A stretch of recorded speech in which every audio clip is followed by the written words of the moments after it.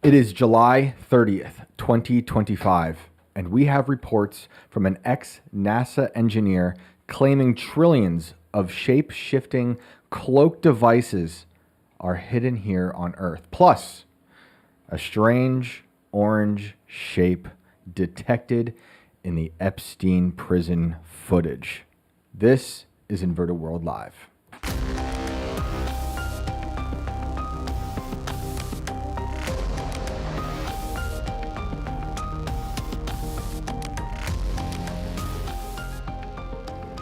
Welcome back, everybody. This is Inverted World Live, and I am your host, Shane Cashman. This is a call-in show. We will get to your phone calls in about 30 or so minutes. If you feel so inclined to call in, the link is pinned in the chats on both Rumble and YouTube. If you've got some strange story you just can't explain, or perhaps you can explain it, if you've seen a cryptid, if you've been abducted by something like the government, or what you think are the Greys, you give us a call. We want to hear about it. Or if you have some thoughts on something we've talked about in the first part of this show, let us know. We can't wait to hear from you guys. I'm joined by Brandon. What's up, sir? What's up, Shane? What's up, everybody? Welcome back to the world inverted. We got lots of weirdness to get into, so let's go. So a lot of you out there, have pinned me or tagged me in things on Twitter this evening saying that IRL became Inverted World Live tonight. So I figured to make up for it, we're just gonna spend 2 hours talking about tariffs and Pete Hegseth, the HHS department and stuff like that.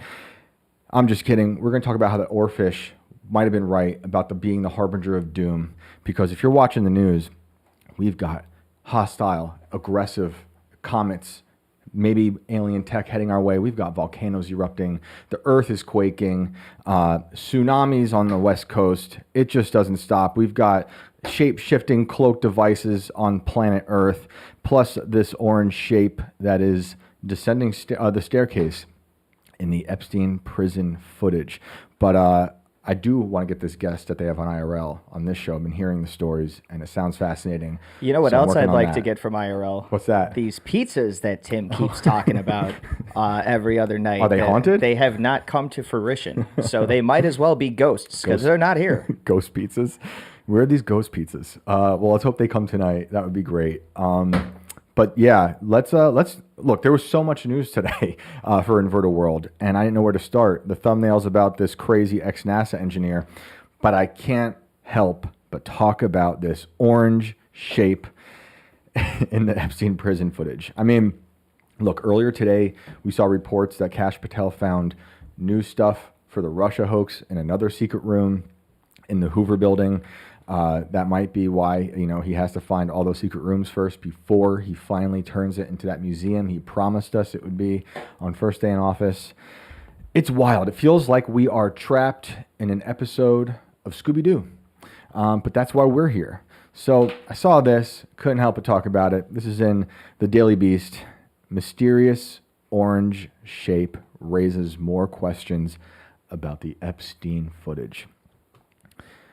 Experts say there are flaws with the official explanation for why a shadowy figure moved in the direction of Jeffrey Epstein's prison cell the night he died. Did this happen in the minute that we didn't see? Because I did not see an orange shape in this video. There's stuff that people are now finding, I think, in that previous footage. I don't know if this is from that missing thing. I don't believe it is. Maybe we'll see. Maybe I missed something in this article, but I think there's I saw other reports now of people finding what looks like a computer, like a mouse, in the lower part of a portion of the footage. So like an actual desktop yes. mouse? Or Yeah. But it's so hard to know what's real anymore because everyone's sharing fake stuff. But I saw some people I tend to agree with and trust online, but everyone's duped. I feel like a person could be effectively strangled with a mouse cable. Right, yeah, it went through the computer into the hallway. Let's not rule it out. We got nothing else. Exactly. So we have a mysterious orange shape. It was recorded ascending the stairs to where Epstein's cell was located, which federal investigators previously concluded was a corrections officer carrying up linen or inmate clothing on Epstein's final night alive. So these guys obviously think he's dead. So that's one strike against them. But it's a Daily Beast. There's many strikes against these people. Connor McCourt, a retired NYPD sergeant and forensic video expert, told CBS News he disagrees with the conclusion reached by the DOJ's Office of Inspector General. And do we have this little orange shape here? Guys, I mean, the Bigfoot footage is better than this, but there is something there. It looks like graffiti, like ghost graffiti. But there is something. Looks like somebody shot one of those like party confetti things. When you open it up, it pops open. Yep. Yeah, that's what it is. It's more likely it's a person in an orange uniform, he said. More specifically, a person wearing an orange inmate jumpsuit. That sounds bizarre. CBS reported the other forensics experts were also skeptical of the conclusion reached by federal investigators. There is a great deal of importance in who or what that grainy orange figure is. It traveled up the stairs to Epstein's cell block around 10:40 p.m. on August 9th, 2019, and is the last recorded movement in the direction of Epstein's cell in the Metropolitan Correctional Center before his body was discovered by guards the next morning. This just gets better. And of course, they have to then segue to this picture of everything orange in the room. My goodness. And before I continue, I just got to say, I said it on Monday. We got to demand footage of the phone call Jeffrey Epstein made on this night. I mean, why has that not been officially admitted into evidence? Who allowed it? How is his last phone call not honestly a big deal? I guess they have the records of it, but the officer allegedly was told Epstein wanted to call his mom. You can't tell me they don't tap the calls going in and out of that place. 100%. You cannot convince me that that's a thing. 100%. And we've come to find out it's Karina Shuliak, his girlfriend at the time. So, I mean, these are people we could talk to. This is footage we could ask.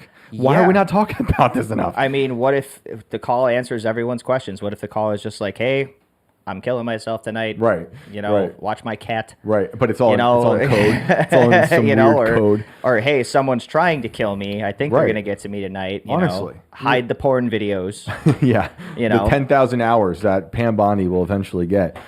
Also footage of the cell that he was in with Nicholas Tartaglione. You've heard me talk about it. Nicholas, the ex-cop who was in a prison cell with Epstein. How did he get a cell phone? And that happened the day before Epstein allegedly... the official story is that he tried killing himself in that cell with Nicholas Tartaglione, but he sounds like a pasta.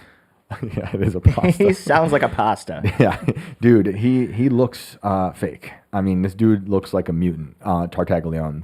He's like a giant. Look him up. Pull him up. I mean, Nicholas Tartaglione. Pull him up. He's like a bodybuilder that was an ex-cop turned drug dealer.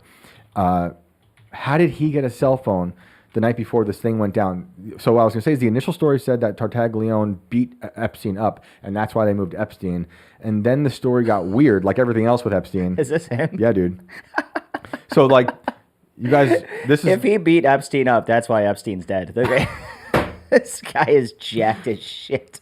Yeah, dude, this story is crazy. One day I got to do a real deep dive on this, because this is what happened when I was a furniture mover. That his crime happened in my town where I worked. That's why I knew about this story for about 10 years, and it was so bizarre that he wound up in Epstein's cell. Anyway, there's discrepancies with just that story.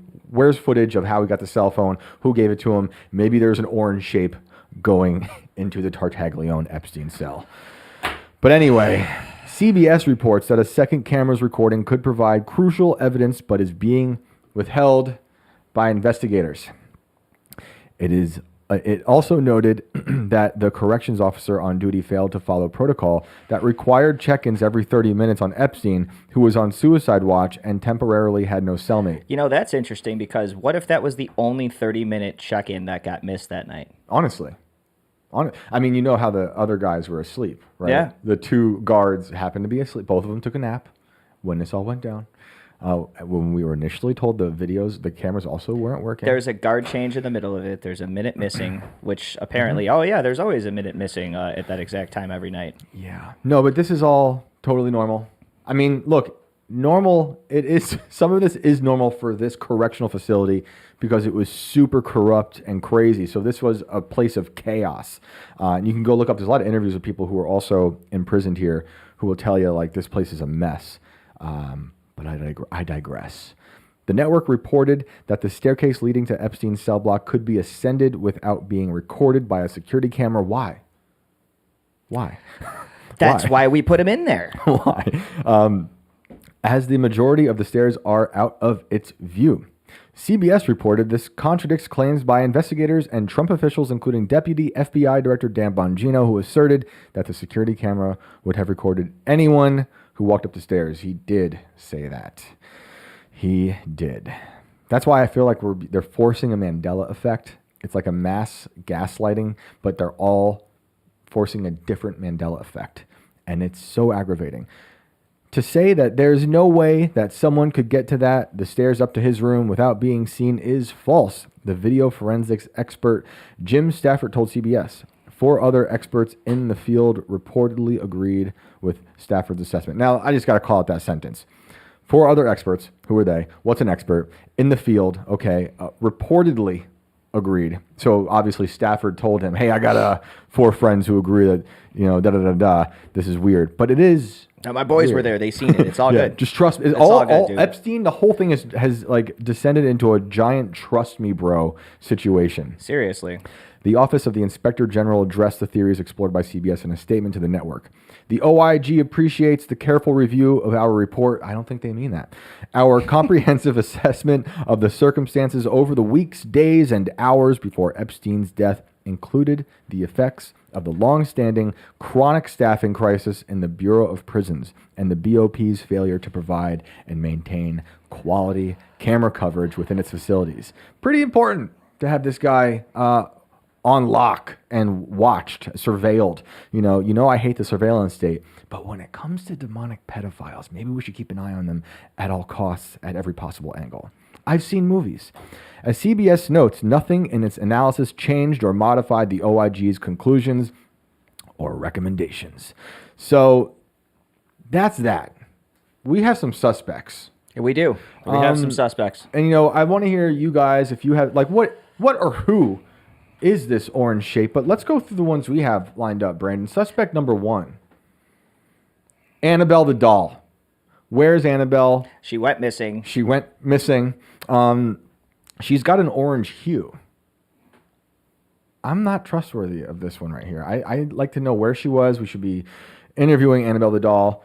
Suspect She's number 2. small for sure. I think she could get in there. She could totally get in there. How'd that get in there? Oh, yeah. This one, I mean, that's it. You found it. That's orange.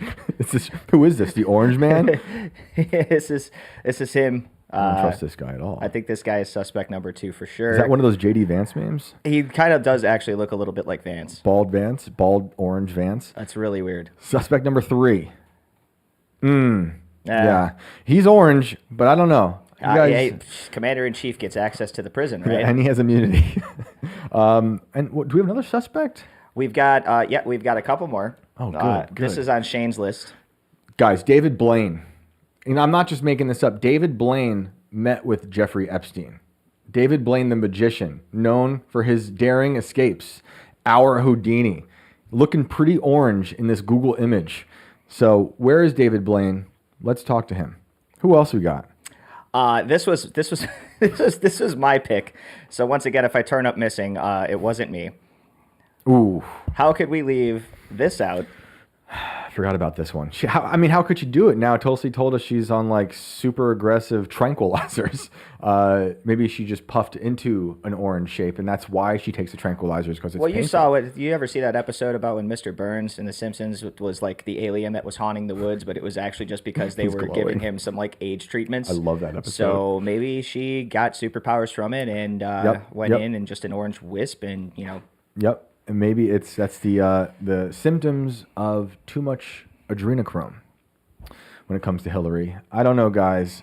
I don't know what's going on, but every day there's a new strange story about it. There's new information. There's a new secret room in the Hoover building. Mm-hmm. There's piles of stuff. There's truckloads of videos. It's not those videos. It's these videos. It's just commercial porn. It's not the stuff we were under the impression it was in the beginning.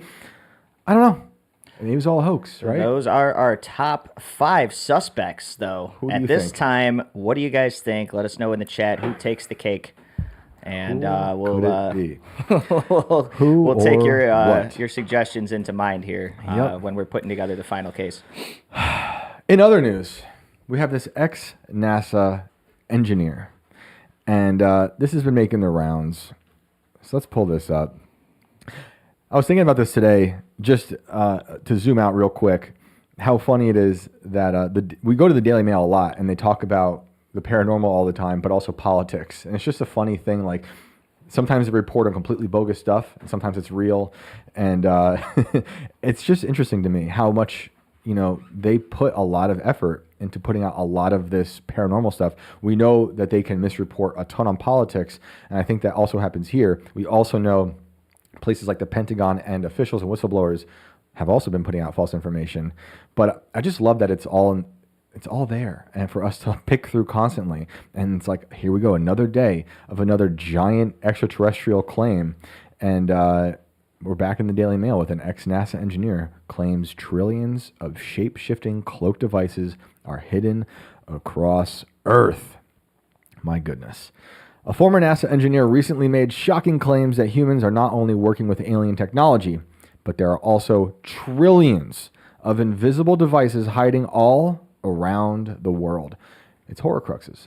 Richard Banderick, the CEO of Field Propulsion Technologies, joined the Ecosystemic Futures podcast to reveal what he knew about ongoing efforts in the U.S. to reverse engineer alien technology recovered from crashed UFOs.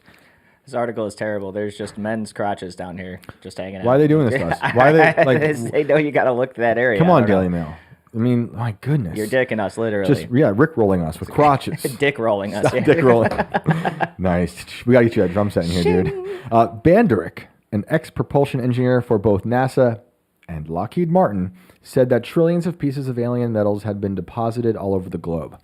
The whistleblower didn't know who had been scattering these objects worldwide, but believed they were different from the bits of debris experts had recovered from crashed spacecraft and may be part of a covert sensor network. That's an extraordinary claim. This sounds like a GTA 5 mission. Yes. Like, find them all and unlock a weapon from Red Dead Redemption or something. That would be sick, actually. That would be sick.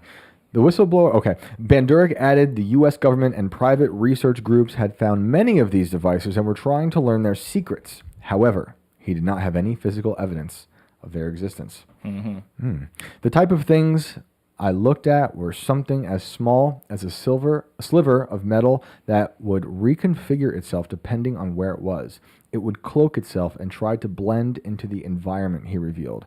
So as we'll find out in the next paragraph, this is an old story. He was saying this in December of last year. So it's, like something I say a lot when I'm reading these stories is like, why now? We're talking about the aggressive, hostile, alien comet mothership heading towards Earth yesterday, a few days before. And now this pops up suddenly, but you can go on YouTube and listen to him say this from last year. So why now? Is it just part of this like slow burning Project Bluebeam that they're trying to brainwash us into believing when whatever they pop into the sky tries to trick us? Who knows? They are really curious types of materials. That's how we could tell they were extraterrestrial, because these things weren't just decades ahead of us. They were hundreds of years ahead. They had a typo there. Banderick said on the December 2024 podcast.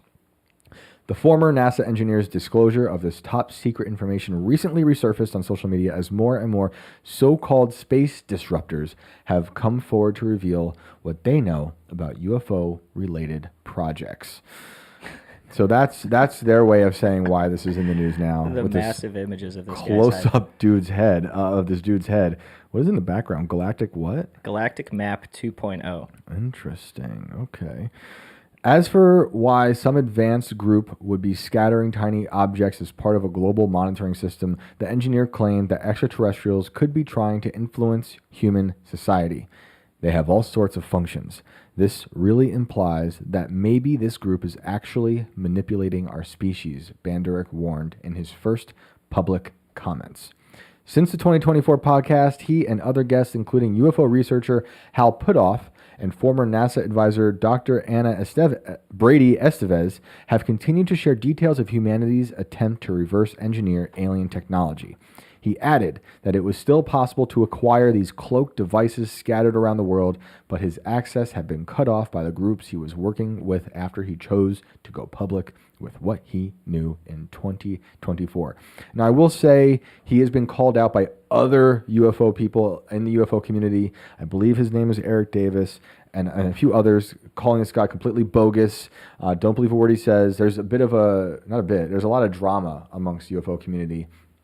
Anytime a story like this breaks, when it's like Lou Elizondo, someone we've talked about a bunch on the show, people either swear up and down that what he's saying is true and credible. Other people just think he's completely full of it. I like hearing all this stuff and letting you guys decide, how I feel about a lot of these things, And then on top of that, we're also talking about Lockheed Martin again and alien reverse technology stuff. You got to think about Area 51. Also been in the news a lot lately because the people are complaining who worked there in the 80s and 90s that they have been infected with what they call an invisible enemy that has literally, this is their words, altered their DNA to the degree that it actually, they claim one of their sons was born with a brain tumor because of that. But there's been multiple cancers, grapefruit-sized tumors. It's a really horrendous thing. And according to them, this big group of staffers, these are Air Force vets that worked at Area 51 on top secret projects, they claim that 491 people have already succumbed to the invisible enemy. And that's a lot of Lockheed Martin Skunk Works situation type stuff going on out there. So he added that it was still possible to acquire these cloaked devices scattered around the world, but his access had been cut off by, okay. So just you can go out. I've seen him talk about this. He basically says it's like grains of sand. So now he's telling you to go out and look for it, but that it's impossible, according to him and what I've listened to, because it actually, it's like, it has a mind of its own, and it disassembles itself and turns into sand and then can reassemble itself. This is his claim. Banderick had originally been recruited by the U.S. Department of Defense and the Air Force to work on classified projects aimed at analyzing systems from crashed UFOs. However, he noted that these technologies weren't being used by the U.S. government. Instead, it was non-governmental organizations, NGOs, that were studying most of the recovered alien technology. Lockheed Martin, Raytheon, you get the point. Some of that work I was doing with the NGOs was really exciting. But one of the other things that comes out of this is that these individuals, or whoever this group is that has this advanced technology, probably does not want us reverse engineering what they're working on, he explained. To stop other groups or governments from utilizing these materials, scientists discovered that the unknown metals could break apart into tiny particles that couldn't be reactivated, which is a pretty crazy image to think about. They weren't smart material. They were smart materials. You'd be looking at them and trying to reverse engineer them. They would turn to dust, he revealed. They would do it within a minute or two. Then you could take the dust, send it off, and get isotropic analysis done on it. It turned out they were extraterrestrial. I'd like to know more about that specific sentence, and the one before it with the isotropic analysis. Who's studying it? What are those tests to determine is extraterrestrial? Are they studying against comets, what things they also have? There's crazy reports out there that I don't think are verified of Wernher von Braun having similar stuff in his possession. And for those who don't remember who von Braun was, I'm sure you do. That is the Nazi, right? He made the V2. We hired him during Operation Paperclip. He's the father of NASA. According to Banderick, NGO scientists continued to run into these problems, suggesting that the technology was carefully constructed so that no one would be able to duplicate what they found. Along with being able to self-destruct, scientists examining these materials also found they could bend light around them, projecting the image of whatever was behind the extraterrestrial material in front, so no one could see what was there. And I believe... I'll stop there. Oh, no, actually, I want to skip down because this is what I was going to say, and it's in the article. In April, former U.S. National Security official Matthew Brown disclosed that classified mission reports he read revealed how a large black triangle-shaped UFO decloaked out of thin air over several Russian vessels in the Pacific. And what Banderick was saying is that he believes these things are projecting the atmosphere behind them in front of them. And that's how they're cloaking this stuff. So I'm going to leave it there for that article, but I just also want to remind people of something, a story I talk about a bunch of, and I changed my mind in real time about it on this show when we were talking about Annie Jacobson. And, you know, I mentioned this story a lot over the years. When she told Joe Rogan about when she was writing her book on Area 51, she had a source saying, according to her source who worked at Area 51, he believed that our government was taking like Down syndrome children and mutilating them to look like extraterrestrials. And, you know, I remember watching that interview years ago and then rewatching it here on air with all you guys. And it dawned on me like, that doesn't sound real. I didn't really believe it anymore. And maybe it's my skepticism has just taken over, which is quite possible. But there's something about it I just found to be not trustworthy. And it might also have something to do with reading a lot of these reports that we got into a month ago about the Pentagon putting out false reports about extraterrestrials to hide secret technology that they're working on, like Lockheed Martin. So just take all that as we go. Before we get to callers, maybe we should just do a quick little look at the tsunami stuff. So I mentioned at the top of the show, you know, we've got the hostile comet coming our way. We've got these tsunamis. We've got the earthquakes. And I just found this image to be terrifying, even though it's not the greatest image. It's just a very strange one. And this is with the whales from News 18. 4 massive whales washed up along Japan coast as tsunami hits island nation. And this just reminded me of the oarfish we talked about, I think on like episode 51 or 52. People in Japan and other places in Asia see the oarfish as this long, this giant fish, and when they see it, they think it's a harbinger of doom. And perhaps it was right, because there's a lot of bad stuff happening out there in the world. I'm not saying the whales arriving are the same thing as the oarfish, but this is clearly, I believe, a consequence of the earthquake. But I just want to take a look at this really quick. Tsunami struck Japan after a powerful 8.8 magnitude earthquake struck Russia on Wednesday morning. It triggered a tsunami in the coastal areas of Kuril Islands in Japan's large northern island of Hokkaido. I'm not even going to try if there's names in this like yesterday. You guys remember. Just do it live. Just do it. Just do it live. We'll do it live. Warnings have also been issued for California. Okay, you guys know that.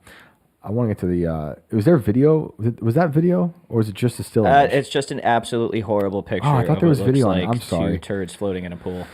Oh, I thought there was video when I read this. Oh, it's just... when I read it, it was about the tsunami video. Well, there's no video of the whales. I thought there'd be whales washing ashore and it'd be worth looking at, despite how sad that is. But that will lead into a volcano that has now been erupting. And... Brandon, you want to try reading the name of that volcano? Kyle Kalinske volcano? That is Klyushevskoy. That was way better than anything I would have ever done.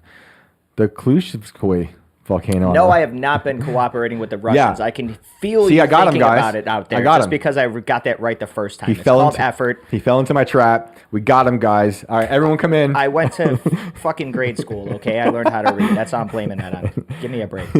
So this volcano on Russia's Kamchatka Peninsula began erupting on Wednesday following a powerful earthquake off Russia's far eastern coast. Lava began flowing from what is the largest active volcano in the northern hemisphere.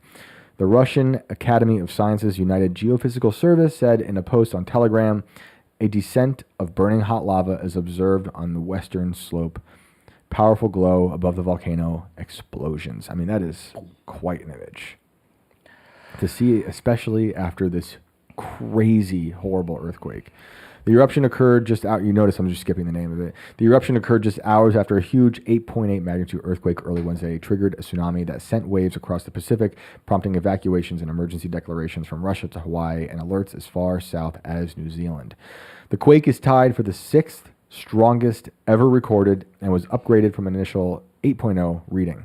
Regional authorities on Kamchatka, that's how you know I'm not a Russian asset, or I'm just really good at being one, said several people were injured, but they didn't elaborate. Regional Health Department Chief Oleg Melnikov A few injuries occurred during evacuations, including a hospital patient injured while jumping out of a window. It's terrible. All were in satisfactory condition, he said. I hope if there's anyone listening that if you were in California, Hawaii, Alaska, or Russia, you guys are safe and sound. It was terrifying. Like by the time we got home last night, I was watching the video of it, the water receding. It's so ominous watching that just flow backwards, and you know what's going to come. And then I saw reports of like Oprah had her road closed that was not helping people evacuate, and they had to actually have police. It was guarded by police, and they had to open it up to help people evacuate because there were so many roads just backed up. What, Oprah? Oprah. What jurisdiction does Oprah Winfrey have to close a road down during an evacuation? Economic status. It's BS. Huh. It's BS. It's crazy, dude. Must be nice. So crazy, but I hope everyone's okay. It looked terrible. It seems I haven't heard too many reports of deaths, but I just pray you all are safe. Everyone's okay, and man, it's just crazy. You know, we've been tracking this, like we call it the doom economy, and I know, you know, I say a lot of it is this manufactured fear that they put on us, but clearly bad things happen, and it's horrible to see, especially at like so many things.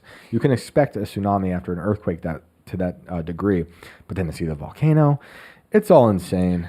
Well, I know you're going to hate to hear it, but this gives a little bit of a fact push under the ass of the whole plate tectonics theory. Oh gosh, you believe in plate tectonics? No, yeah, well, tell us about it. Well, the idea is that the Earth's crust is made up of bunches and bunches of these broken up massive plates that move underground constantly. Yep. And when they collide into each other at fault lines, which is where they meet together in these cracks, Yep. They rub against each other abrasively, causing what is earthquakes, tsunamis, fault lines, such and such. Yep. And it is also thought that these massive fault lines, when crashed together, spawn what is now mountain ranges Yep. across a lot of parts of the world, and also bred volcanoes because they give way to the magma that is underneath the crust, which is allowed to come up to the surface after these things crash and meet and rise. And Or it's hell. Or that's the abridged version, I guess. or have you seen reports of the Russian tsunami bomb? Like they have a bomb they made to help. I used to tsunamis? listen to Tsunami Bomb in high school. Is that a band? Yeah. That's a great band name. Yeah. I You never ever heard heard of Tsunami Bomb? No, Yeah, no. go back and check it out. You'd be all about it. Incredible. I will, and you should too. But yeah, they've been working on that stuff too. You know, but who knows? It's just terrible. I hate seeing people having to evacuate. The images are terrible. Seeing like all of Hawaii evacuate, and then just imagine the fear of people stuck in traffic trying to get off the island or get to a higher place. I saw videos of a guy and his young daughter on the 7th floor of a skyscraper hoping that they're going to be high enough. Because, you know, you remember videos of a tsunami that happened a few years back. That thing was horrific. So, yeah. But, yeah, I mean, plate tectonics could also be. What do you guys think? You guys believe in Pangea? Do you guys believe in plate tectonics? Is it a mix of that and hell? Is it a Russian tsunami bomb? Are we just in the most craziest time? Who knows? Or is it Hillary Clinton? I think it's Hillary. That's a good guess. I think that's a good guess. It's my prevailing theory for She's going to everything sue that us goes now. wrong now. It's Hill Dog. But she is the orange shape slowly. She is Annabelle doll. I mean, she is basically Annabelle. I mean, maybe she's paying Annabelle to Yeah. be one of her minions. Yeah, she casts a spell on Annabelle. She's got the resources. Okay, now you're talking, Brandon. Do we have some callers to get to? We do. Let's do it. Thank you guys for joining us tonight. We're so glad you're here. Your shirt looks like the galaxy, Brandon. Maybe it is. Maybe it is. He's made of stars. Maybe I am wearing the galaxy. Thank you guys for liking, subscribing, sharing, for chatting. You guys are the best. Apologies to people we didn't get to last night. Hope you call back and we get to you tonight.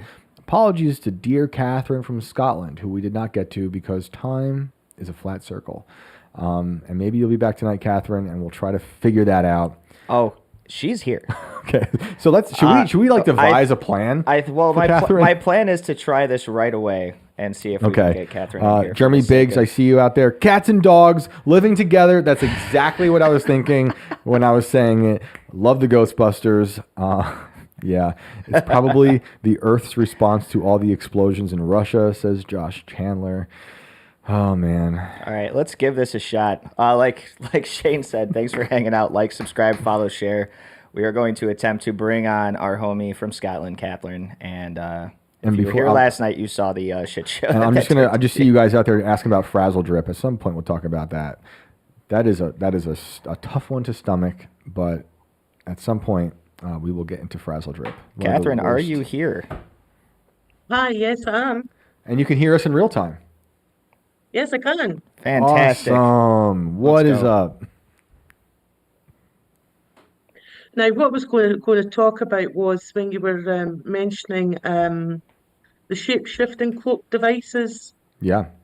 um, in the sky. Yep. Well, there's a place in Scotland called Glencoe, Glencoe, and there's a lots of odd stuff that happens up there. But the RAF, when they're putting their jets up for practice, they kind of fly around there a lot. And the only reason I know that is because I usually go hiking or camping up there. Hmm. I don't know if you can pull up a picture of Glencoe just to give you a geographical area. But yeah, there's lots of odd stuff up there, and I don't know if it's because maybe it's linked with the planes, or sorry, the jets, or I don't know. It's weird. Oh yeah, I'm seeing a lot of stuff online about Glencoe. UFOs, people camping out there, expecting to see stuff, unexplainable phenomenon. Uh, Seems like a pretty interesting place. Cool place to go hiking. Yeah.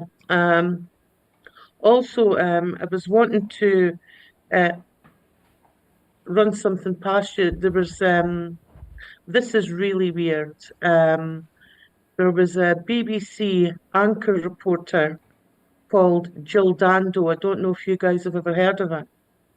I don't think I have. She worked on a television program in the UK called Crime Watch. Okay. She was a news anchor, and then she went and did Crime Watch, and that was fine. And then something really weird happened. She got assassinated outside her front door, Mm. and By there was two theories, conspiracy theories, whatever. One of them was the criminal gangs. She was coming on to something, and the criminal gangs went, "Well, we can't have that." And the other theory was that she was actually doing a deep dive on pedophile rings. mm. And apparently she lived in this busy London street, and she put her key in her front door, and somebody put a gun right at the back nape of her neck and pulled the trigger. Oh my goodness. What And did nobody saw nothing. the cops ruled as suicide? No, they didn't, because she actually got shot at the back of her head, and she was busy with her key stuck in the door. What they did do, which is typical of British justice system, they actually pinned it on a guy with learning disabilities, and he was in prison for 7 years, Oh and then wow. eventually got let out. Oh wow. And why was he like? How did they come to let him out 7 years later? Because there was nothing to say it was him. They typical police. They just grabbed him. He had learning disabilities, so when they're getting confessions, I mean, it was horrific. And then, but Yeah. it was just horrific. They had great big campaigns and things for this poor chap. Um, but being banged up for 7 years, and they still don't know who killed her. Do you have a feeling about which theory you lean towards? Me personally, the two theories that I mentioned, I think it could be that. Regarding the crime thing, I mean, the stuff you were getting, I suppose you guys in America have got stuff like that. It wasn't a big kingpins, it wasn't a top FBI kind of stuff. I reckon it was more paedophile rings. I think she was working on that Mm. And you think, myself. has there been any other reporting about those rings since, or Well, any other years type? ago, what they did, and it was horrific. Years ago, what they did is they would, whoever was running it or organising it, They would go around children's homes and select certain children, and then they would take them down to London. And there was a place called Dolphin Square where like politicians, people high up in government, they would have like assigned flats in this place called Dolphin Square. It was right in the middle of things. It wasn't far from Westminster. It wasn't far from government buildings, and they would ferry those kids in there. And I don't know if you've heard the band, British band, Pet Shop Boys. Yeah. Well, there was a song called West End Girls, East End Boys and West End Girls. Oh, I know that one. Now, the East End boys were rent boys that would end up having been abused and being in children's homes, would end up walking around Soho to ply their trades. And obviously, the West End Girls was the prostitutes. Sheesh. That song's in Grand Theft Auto. Is it really? Yeah, that's where I've heard that. Oh man. Yeah, that's pretty awful. bad, isn't it? That's awful. It's awful. It's just so evil how widespread sorry, it that's is. terrible. Bringing the thick stuff down. I mean, it's Right, it's there's another- terrible, where is but it? people need to know about it. You know, I think it's so easy for a lot of people to just ignore it. They think they understand that it's happening. I don't think people really understand. I think people listening understand, but a lot of people they'd rather just like put it It's away, just- you know, because it's hard to I focus mean, on. Sorry. it's just horrific. I think so. I mean, we just had a judge here in Pennsylvania. This isn't so much in the pedophile ring stuff, but it's like adjacent to it. A judge who was in jail for selling kids. You know, he would sentence Sorry. them. What I was going to say as well was what is it? Someone else was looking at what was that? I think we have. Sorry, Oh, it's okay. I think we got a time physically difference because again. I jot stuff down. I think there might be a lag again. Uh-oh. How does that happen? Yeah, it's just yeah, that's right. You know how you like to hear tales of lakes and water. Yep, definitely. Sorry, do you know how you like things about lakes and water? Yep. It's definitely lag. Oh no. Oh, here we go again. She just got it. She just got it. So maybe we try bringing her back in later or something, because this is just gonna probably happen again. Right, okay, guys. I'll let Hey, everybody Catherine. else get a shot. All right, Thank Catherine, you. stick around. I mean, it's good. We got like 5-10 minutes with you. So sorry. I do want to hear about lakes and stuff. We'll get you back on later this week. Update that computer. What I was gonna say is, you know, we had that judge in Pennsylvania who was selling kids for cash into into prisons. He'd get kickbacks, and Joe Biden pardoned him in his last week in office. But yeah, we read that story a week or two ago about the Alabama stuff that went on when they broke up that pedophile ring and saved those kids as young as like 3. It's insane. You know, speaking of kids, Yeah. you had this thing that you sent me earlier. Yeah. And This is crazy. I want to jump into this for a second here, and we'll get back to callers. This one has a video, right? This tweet that Shane sent me today says, ICYMI attack drones will be deployed at select U.S. schools to stop school shooters in emergencies by Campus Guardian Angel, a company founded by U.S. military and defense contractors. Let's listen in. Is the future of school safety. Our job is if somebody comes in a school with a gun, we respond in 5 seconds. This is how it would work. Silent alarms in the school alert the company, then drones strategically placed on campus get deployed, and these drone pilots would navigate remotely from their headquarters in Austin, Dude, working look in at that. tandem with the school and police, inflicting non-lethal damage to the suspect, or dummy in this demo, with pepper rounds and direct impact. All these markings, that's from the drone? Yeah, so the little holes are from drones, and Like then these kamikazes. different marks here, these are from the pepper rounds bouncing off the guy's chest. All of it an effort to buy time. We want to make sure that person is as degraded as we can in a non-lethal manner. So Do you guys see anything going wrong with this scenario? Or does this appear to be the heroic answer that we need to battle the pandemic of school shootings that has been gripping the country for decades? Like I'm all for teachers being armed and trained and armed. I don't want my kids in schools with robots. My kids don't go to these types of schools, and I see you guys. I'm missing it now because the chat's going, but someone mentioned or alluded to Uvalde, and like that's another issue. The cops, the video that came out of the Uvalde shooting is insane. I'm sure you guys remember. The cops just hesitated. They just waited while the shooting happened. Yeah, and it made me sick. It made me so sick. But like, I don't know if this is going to be a great way to pivot with the drones. This is the start of unmanned electronics, drones, probably pretty soon robots being placed in schools to look after and care for everyone's children. Yep. Blinky Bill says that seems sinister. Drones can be hacked. That's another thing. It's like that's the first thing I thought is how long before some bored ass genius kid hacks these drones and goes after the school bully who's been beating him up and taking his lunch money and just assaults him with 3 drones. It's bound to happen. It's bound to happen. So I don't know. What do you guys think? You send your kids to the drone school? I mean, there's going to be drone teachers eventually. Yeah. CD Stein 69. This is the beginning of Skynet. That is why I had my kid doing some shooting today. Ran him through the narrative of Terminator. We were not going to show him to a 9-year-old, but just to know. But like I think I've told you this before. He's always said he wanted to be a scientist, and he wants to make robots, despite his father not liking robots. Yeah, he should definitely know how to handle a gun. And he should definitely know how to handle a gun. He told me he was going to start a business for. He's going to make robots for dads who don't like robots.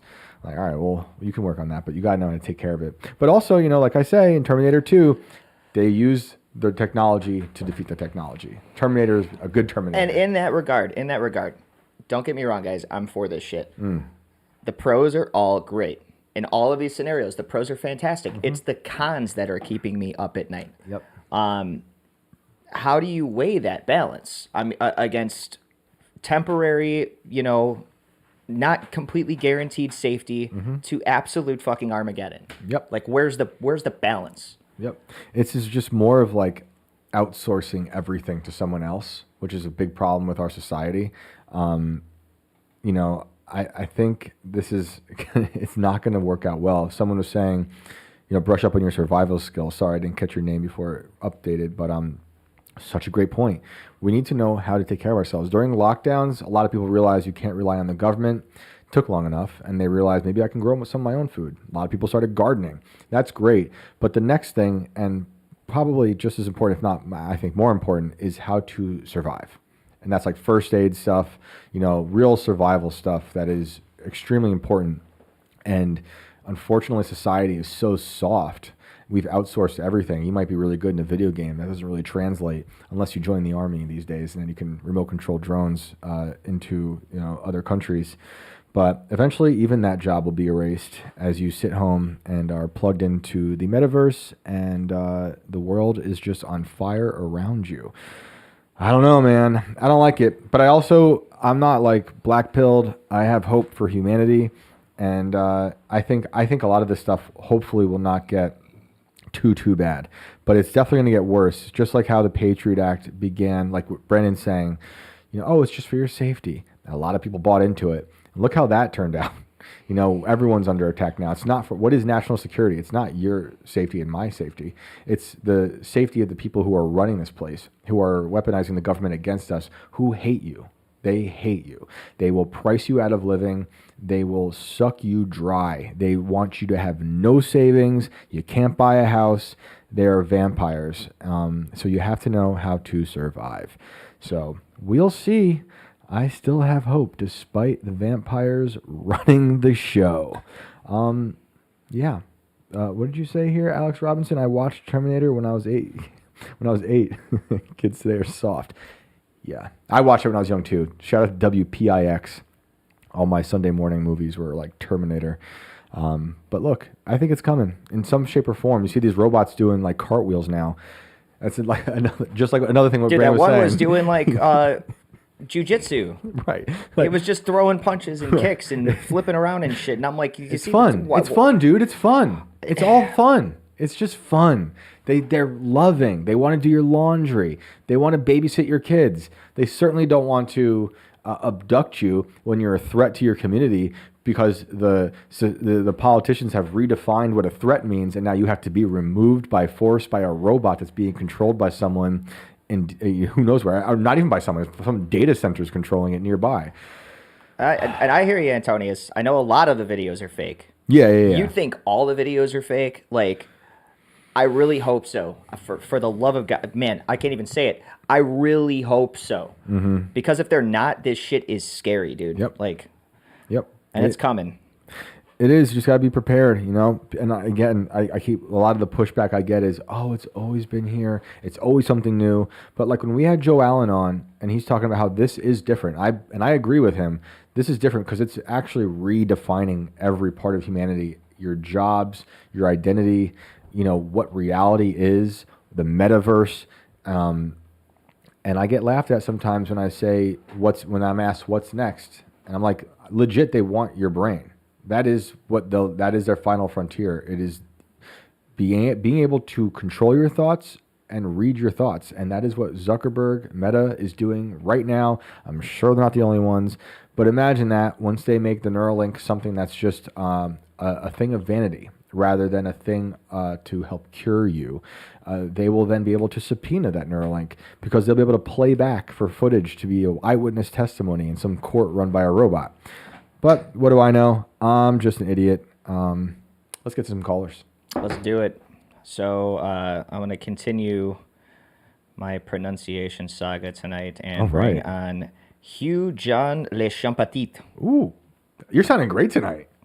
I don't even know if I got that right. He's like a triple. He's a triple agent. France, Russia. Don't put that juju on me, Ricky Bobby. You can't say that word. No, I'm just kidding. Hugh, are you here? If so, please unmute your mic and say what's up. Man, we're getting hijacked tonight. I went through all this work pronouncing this name, and now he's got to be here now, dude. You got to pretend. And he better come show up for me, man. He better have a thick French accent too. Are you there? It's gonna be tiny. Matt Valente says gun-free zone equals fish in a barrel. Yeah, because they obey signs, right? Oh man, the big scrub. The illusion of choice is being rubbed in our faces. We're gonna come back to Hugh John. Yeah, and while we get to the next caller, I'm just gonna keep looking at what you guys are saying. Man, oh man. Yeah, I saw. Like I said, I guess you guys, some of you missed the beginning. I said, IRL was getting into the inverted world territory. Y'all were hitting me up on Twitter. I want to get that guy on. He sounds like he has some crazy stories. So at some point, that will happen. All right, let's go to Joseph McGuire. Let's see if we have some luck here. Joseph, you're on Inverted World Live. What's up? Hey, hello. I have had multiple experiences with different, what do you call, entities all my life, but at a story that kind of seemed like it kicked it all off. But I've had experiences all my life. This is when I was 16 years old. I was up pretty late at night. I'm an artist, and I was doing art back when I was 16. And I went to go to bed, and I saw something hovering near my window. And it looked like a tire with a little red light like that was going around in a circle. Am I in the green room or am I live? You're live, dude. You're We're live, listening. man. Take it away. Trying to get a hold of you guys. Hell yeah. Nice. Okay. Thanks for having me on. So this is what I think was a MyLab experience. Ooh. And that's when I saw your post, I decided to try to contact you. So I left messages on Instagram for you anyway. Okay. Let's go back to the story, and then we can talk about the rest. Let's do it. This led to like what I think was like gray experiences where it was invasive. So I turn off the light. I see this little tire kind of hovering near my window. And I turn on the light real quick and look outside the window. And like, I'd never seen a drone, like a military drone before. I'd seen like remote control airplanes and stuff. Mm-hmm. but never a drone, right? So I thought it was like a UFO. I had no idea because it was 1988. It was June of 1988. Okay. Which it was just as I was going into like I think I was getting ready to go into sophomore year of high school. And so I turn on the window and this thing is flying near my window very silently, very slowly over over like the roofs of like we were on top of a hill. This is back in San Diego near the foot of Mount Helix. I lived on top of a hill. And I was up in the upstairs room, and as it was moving, it went from one window. There was three windows, one facing east, one facing south, and one facing west. And it was going from the it was going from the eastern window, and I went out to the western face or the southern facing window, and it was just moving very low, like almost like less than maybe like 3 feet above house the roofs of these other houses that went down a hill, right? Mm-hmm. So I thought I saw a UFO. I even told my friends at school I thought I saw a UFO, but I didn't realize what I saw.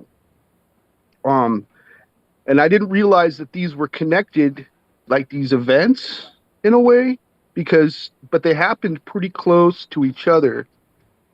So we moved from that house where I was, raised most of my life. And then we went to another place called Rancho San Diego, which was like tract homes. And this is about 3 months later we moved. And there was a night where I don't remember going to bed. I don't remember. It was just black. When I woke up, I was going from this experience to not being able to move to basically just waking up with a splitting headache, like the headache I've never had before in my life. Like someone had taken a sledgehammer straight to my forehead. That's how bad it was. But I'm jumping around too much. So anyway, I had this, it was all black, and then all of a sudden I'm seeing flashes of what looks like a white room. And there's an alcove that resembles like a typical dentist alcove with drawers. I'm on a slanted table. I see like little gray aliens around me, and then there was brief flashes of different things. There was something in front of me looking directly into my eyes, but it was all blurry. But for some reason, I could tell that they were like not happy with me for some reason or something. And then there was this continuing like sound of what sounded like monks chanting, which was really odd. And then faces that looked like they were on fire and weird stuff. And then it brings me to this one point where I'm back at that old house and I'm walking. We had a pool in the back and we had a long driveway. It was a 2-story house, which is this little room on top. And I'm walking by the garage, and then I hear the sound that sounds like a metallic, like a male voice. I don't know how to explain it. Very metallic. I look up. There are 3 octagonal shaped crafts in a vector formation flying above me. I see what looks like the face of a gray kind of phasing in. And then for some reason, I said, "Don't leave me here," right? Like, for some reason, I ran to him, and the thing landed. It was the size of a toy. And then all of a sudden, it expanded in this weird thing that looked like a fetus, like, grabbed me. So then the flashes of stuff that I described, I know I'm jumping around. I'm trying to do this by memory as best I can, but I've been wanting to tell this story so much. There's more flashes. It looks like tubes. I'm seeing tubes. And then it goes completely black. And the only thing I can know is that I'm conscious, but I have a headache. As I start to wake up, I'm on a couch with a pillow over my head. And then there's a gray standing there with a satchel, and his hand is up. And as it fades out of reality, like phased out of reality, like literally just kind of disappeared from solid to whatever that was. and I woke up, and without reference, I called it, like, I guess there was a cover at the time of Whitley Strieber's Alien. You know what I'm talking about? The Of gray course. face. And it was also on Time magazine. So I called it a Time Life Alien. I didn't know that they were called grays or whatever. But this led to like what were almost like seizures, kind of, where I heard a zapping sound in the back of my neck. Huh. Wow. I had an alien or a gray, or I couldn't tell you if they were. I don't know if they're aliens. I don't even know if the experience was real. But I've had multiple experiences. The one that directly happened after that, there was a swirl in front of my TV set. And this gray came out of the TV set, tried to grab my face. And then when I was scared, I looked at it straight in the eye, and then I pulled back, and the gray like snapped its fingers, gave a smirk, and went back into like the swirly like vortex that I saw. I don't know. So later on I started getting these memories, right? Like of different experiences connected to that. And what I saw, okay, I didn't realize it was a drone until when Obama was president. He was flying drones over Afghanistan, right? Oh yeah. This was a model of what those larger drones were, but it was smaller, and I didn't realize that what I had seen was a drone. Another thing, I took regression therapy for this, and I had a hard time getting to the memory. But when I finally walked in through the room with my mind, what I saw was a drone outside my window. And I had like weird flashes. This one, I mean, it probably sounds like it's unlikely, but it's true. I never watched the original show Outer Limits, right? But I was on Prime for a little while, and I said, okay, well, I'm a fan of Twilight Zone. I'll check it out, right? I used to watch it when I was a kid. It was super creepy. Well, the thing is the intro for that with the deep voice, that's the exact voice I heard, and the Outer weird Limits. Yes, and the original announcer and that strange music. So I don't know what I experienced. I've had other experiences later on. I mean, let's roll with this one for now, and definitely have you call back. So, for those who don't know, you started this by saying this was a my lab, and that's a military abduction. So that's what I'm thinking. I don't know. Like, I don't know, but it feels like it because it's connected to the drone that I saw outside my window. And do you think, because I've talked to a bunch of people who've had very similar stories to you, some of which I've written about in earlier Inverted World articles and in the books, they believe different things. So I'll ask you, do you think, okay, if it's my lab, is this military pretending to be extraterrestrial, or other people believe who've gone through very similar experiences, it's military working in tandem with what they think are extraterrestrials? I think it's in tandem. Yeah. Because they've come through the TV twice. I had my dogs here, their hair was standing up right as I was about to be taken by something that was trying to look me in the eye. It's something about looking them in the eye that gets you frozen. When time slows, I have time dilation issues too. Like whenever I'm near like an entity or whatever you call it, time slows down for me. Interesting. So in the beginning when this started, you're saying it looked like this drone, what you didn't know it was a drone at the time, but this craft, right, it looked like it was searching through houses when you first saw it, or through windows. The weird thing is I was like 16, maybe 15, going on 16. Yep. I didn't have my shirt off. I had my shirt off. That's weird, right? And I'm just sitting there drawing late at night. Like something was spying on me. And when you're starting to talk about kids being abducted or different things like that or whatever, I mean, I don't know.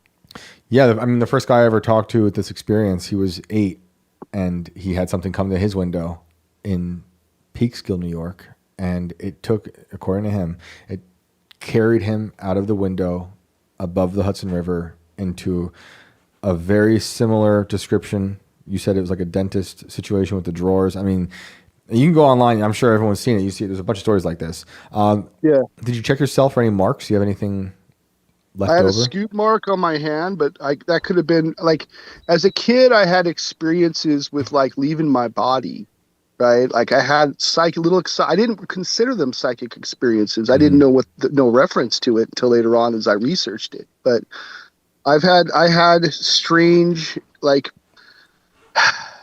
the first experience I had, I was flying over that same neighborhood and a UFO had landed on the playground and I flew over it. And these things were taking soil samples from the sandbox. And how old are you at this point? I think I was like 5 or 6. And okay, so what do you say to someone who's listening and they're like, this guy just has an overactive imagination, or he can't tell the difference between a reality and dreams? I would say, I don't care if you don't believe me, my reality, the one that I see, the one that I experiences, is filled my life with this stuff. Right. Yeah, because you're And that saying just- you're experiencing stuff before and after. Do I think it's real? I don't know. But I think that if they have the ability to take you, I think they also have the ability to probably create an environment in your mind too. Not saying that if they are aliens, right? Oh, yeah. When you were in this place, whatever it was, with these tubes, the drawers, and you said you heard the monks chanting, was there any other communication between you and them? They told me something as they were flying by, but I don't remember what they were saying. It was like, it seemed like part reality and part like in my mind. Like, I don't know which is the exact reality of it. How did they tell you? I just like, you just know. Like, were they using their mouths? Or No. They don't have mouths, I guess. No, they did have mouths. Okay. Yeah. No, they spoke as they flew over, and when I called out to them in that moment, but they were saying something like it felt like it was coming from like a horn, or like something you'd speak through, like a what do you call it? They use in protests, or like a bullhorn or whatever. Yep. Yeah. So it was kind of like that, but distant. Yeah. So I've got to ask really quick, because usually after we get a couple of stories like this, it's followed up with, oh, and by the way, I was on a lot of drugs. You weren't on anything, taking any medications or anything like that throughout the course of your life that might have caused some of this stuff to happen, were you? Well, the truth of the matter is yeah, I did, because they were happening so much that I thought I was going crazy. What about at the time of this first abduction? This one, no, I was clean. And so after this, later on down the road, I was having a lot of experiences, and so I started drinking and doing whatever later on. Yeah. Have you heard the monks chanting elsewhere? The only thing I could say, it's like Tibetan sound, or like a Mongolian throat sound when they're holding a tune or they're meditating. Yeah, I love that stuff. It's crazy. But I mean, that's the only way I could explain it. It's a weird thing to hear in that situation. Are you familiar with the theory about President Eisenhower having the treaty with aliens? Yes, I am. I actually, I have my own show too, and I talk about this stuff on top of my own experiences. So what do you think then? So for those who don't know, do you want to tell us about that treaty to the best of your knowledge?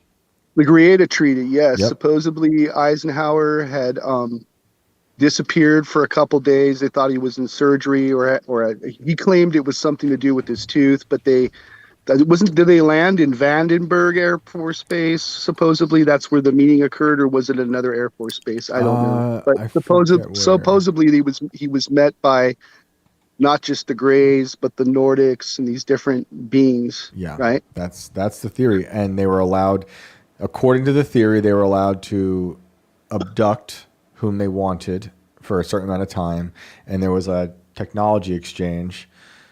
Yeah, Brandon's got it pulled up right here. Yeah, they did it at Holloman Air Force Base. Holloman Air Force Base, yes. It looks like they're saying there were 3 separate meetings. This is from Daily Mail. 3 separate meetings between the commander-in-chief and people from another planet, is what the story reads. Do you feel like when you see that stuff, is that kind of add up with how you feel about your experience? The more I dig deep into it, the more I hear stories, the same repetitious stories every time, the more I become skeptical other than what I've seen and experienced in my own life. Yeah. Like, I couldn't tell you about a Nordic alien, and if I'd seen one, I probably wouldn't know. Maybe I would. Maybe I have the time dilation thing. I can only tell you about what I've experienced. Like, I haven't seen a reptilian. I've seen something that looked like back in San Diego. I had experiences where I had time dilation, like in clubs and bars, like really crowded. I thought I saw what appeared to be people that weren't people. That's the only way I can explain it. There was something off about them. There was their eyes weren't natural. So you think that there's non-human people trying to pass as humans amongst us? Yes, either that or there's something attached to them. I think it's multiple things at once, in my opinion, from my experience. That explains a lot of the bars in Chicago. and most of DC. Let's go back to your story real quick. You said you woke up to one part or seeing a gray with a satchel. What was that about? Yeah. What did the satchel look like? Like a brown satchel. The bag looked like it had like a almost like, you know how an envelope has like a V down it, like basically to his side. I would say it was, let's see, what side would it would be his left side, and it looked like it was brown. I couldn't tell you if it was leather, but it was all one piece, other than there was a little flap that looked like it was kind of like triangle shaped a little bit, I guess, you know, like something that you just open up. That's all I know. There was no belt buckle. And he had his hand up waving to me. Any communication other than that? No, it was just, I couldn't move. I had a pillow over my head. I was in a fetal position on the couch. And this thing was like kind of near the window. It was a small room. It wasn't a very big room that I was in. It was like a TV little room that we had at that house. And I slept on the couch, and I just had a pillow over my head. I was in the fetal position, and as soon as he disappeared, I was able to move. When you went for regression therapy, did you go for the purpose of trying to get this memory back? Yes, but I didn't go. I went to my therapist who does hypnosis, rather than go to like somebody who was like a new age person or someone in the UFO community. I wanted something that didn't have anything to do with it. I wanted verification. Right. And did you ever talk to anyone else, like family or friends, about this experience when it happened? Yes, I did. I talked to my friends about it, you know, because I tried to talk to everybody about it, but the only ones that seemed to be sort of interested were my friends. But I remember at the time there was one of my friends that was kind of scared because he thought I had been abducted. He was in community college at the time, and he thought I had been abducted. This is later on, though, that I told this story. And then you're saying you're experiencing some sort of after effects because of this? When it comes to, was it whenever I'm encountering something that is an entity, right? Like, and I've had many different kinds. It's both like burden and like, you know, it's burden and kind of like it's kind of not like, I don't know. It's weird. I have time dilation. I've had a lot more that I moved up here. In fact, like my wife and I share like experiences. That was like my validation. That she's experiencing things with me too now. Is this something she experienced throughout her life, or is that new to just after having met you? It was after she met me. Interesting. Do you think when it comes to the military doing this, and I lean towards the military doing this stuff, you know, I don't know, you know, I'm skeptical about aliens and what that is, but I do know our government is up to some weird stuff. Do you have any sense of why they picked you? I don't know, but I remember, this is another weird thing I forgot to mention. Like, I remember a day or two before this happened thinking, wouldn't it be great to be on a UFO flying around? Oh, there was something in my head that like permanent, like premeditated, like the idea of something happening to me before this happened. Reminds us of the caller last week who had a dream of a UFO before seeing the Chinese spy balloon. Those things happen. Yeah, that's a weird one, dude. It's crazy. You know, I hear these stories a lot, and it's tough. I know some people are very skeptical of it. You know how I'm skeptical of everything, but it's hard to discount everyone having such similar stories, and it affects their whole life, you know? And it sounds like it's definitely affected you to a certain degree. Yeah. Without getting, to me, without, like normal. I'd like to have you, you know, you should definitely call back and share more, but without getting too much into it, like, Yeah, no problem. Have you had other experiences like that? Yes.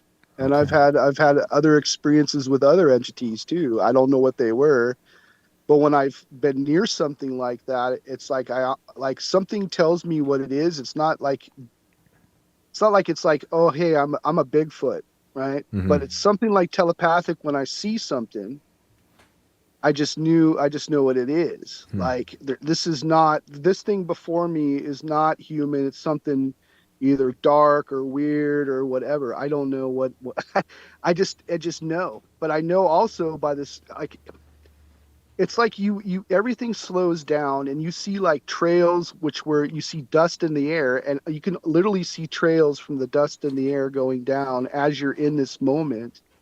I get like a weird anxious feeling in my my stomach a little bit when I'm near something. Mm-hmm. And then it shows me itself. Let's all of us for a moment suspend any disbelief we might have and ask you, do you think what you're explaining is something you had as a child and they were interested in, or something they did to you? I don't know. I don't know. Maybe there's something they did to me, but I think that I always had kind of experiences, but I didn't know. I'm just going by memory, you know, from a little kid, and then that all the way up from the ones as an adult. But I think so. Maybe it was just being, I don't know. I couldn't tell you. And I ask because that's something else that a lot of these people with similar experiences, they speak about amongst themselves, because they don't know. Some of them do wake up with scars or things they claim were in their brain and they can't get out, or some sort of, like, you know, the classic 3 dots stuff. It's wild stuff, man. I appreciate you calling in and sharing the story, and I hope you call back. Yeah, thank you. I appreciate it. I will. Now that I know that you take callers, I will try to call in again. I hope you have yourself a good night. Thanks, you for having me on. You too. Have a good night. Bye-bye. Before we get to the next caller, I just want to say this reminded me of the story of Jackie Gleason, the guy from the Honeymooners. You know, he became like a huge UFO fanatic, and the story goes, according to Jackie's ex, who wrote a book. I just have to look it up and make sure I think I got it right. The claim is that comedian Jackie Gleason and President Richard Nixon made a secret trip to a top secret Air Force base in 1973 where they witnessed extraterrestrials. This story, purportedly told by Gleason's then wife, claims that Gleason was deeply shaken by the experience. The story is linked to other claims of presidential encounters, and they go into Eisenhower. Brandon, if you don't mind, real quick, Googling Jackie Gleason's house in, I think it's Peekskill, New York, which is hilarious because that's where the guy I talked to who was abducted by aliens is also from Peekskill. But let's show the people this. Holy shit, is this real? Yes. This is across the river from where I grew up. Dude. I mean, this guy was obsessed. This is the guy from the Honeymooners, straight to the moon. All his houses were UFOs. There was no 90-degree angle. There is no 90-degree angle in any of this, in any part of this house. This is I'm building one of these. It's awesome, right? Let's go inside. This Let's go has inside. completely changed my whole perspective as Let's to take a what tour. I want to build for a house out here. I think it was on Zillow. I think it sold recently. We should take a look inside real quick before the next caller, because this house is nuts. But Jackie Gleason was obsessed with UFOs to this degree that he built a UFO and lived in it with all his money from the Honeymooners.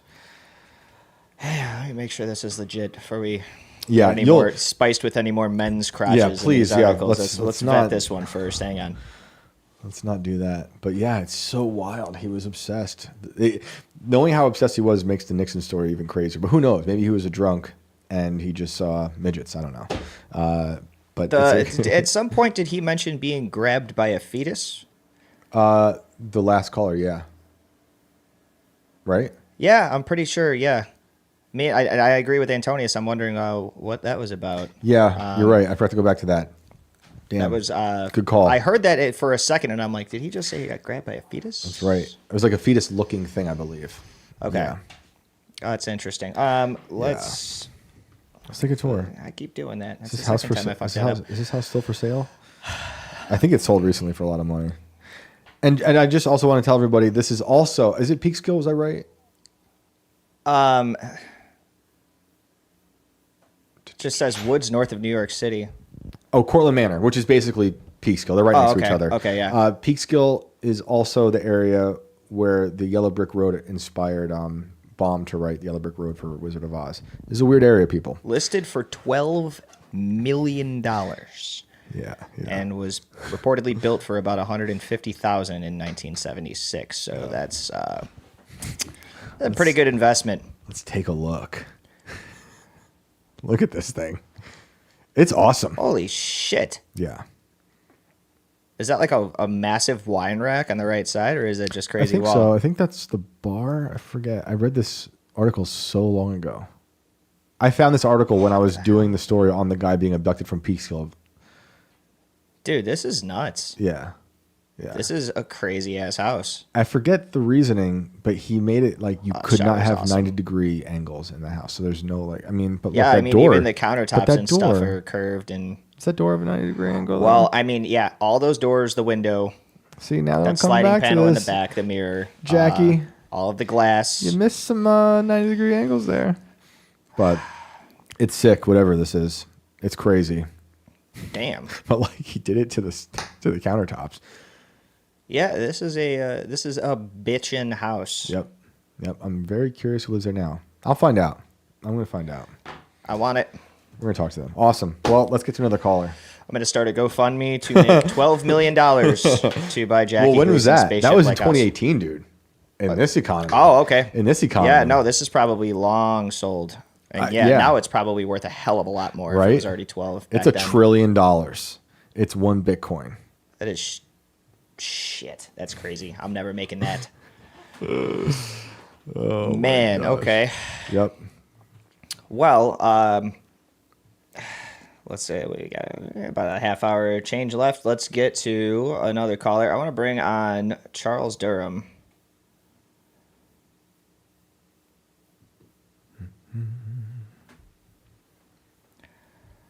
Charles, what's up? You're on the show. Okay. Well,